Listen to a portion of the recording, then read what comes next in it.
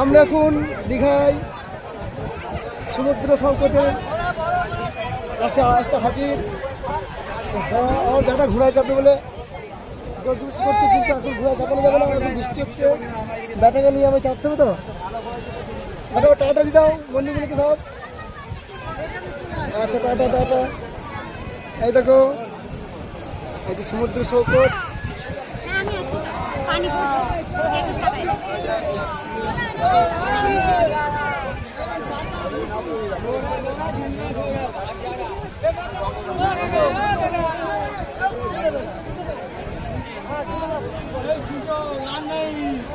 আগামীকালকে আবার ঘন্টা পরে দুম দুম দুম মাকে সাথে